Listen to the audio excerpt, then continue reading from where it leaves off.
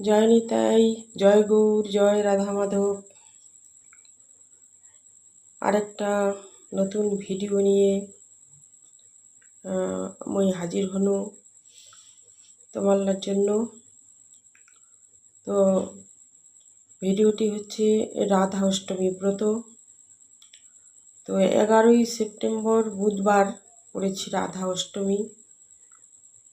তো আপনারা জানেন যে রাধা অষ্টমী ব্রত অর্ধ দিবস উপবাস করলেই চলবে।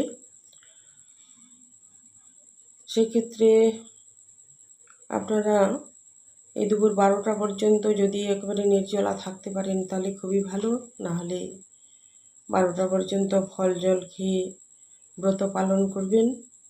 কারণ অবশ্যই জানেন যে কৃষ্ণের কৃপা পেতে গেলে রাধারানীর কৃপা অবশ্যই দরকার।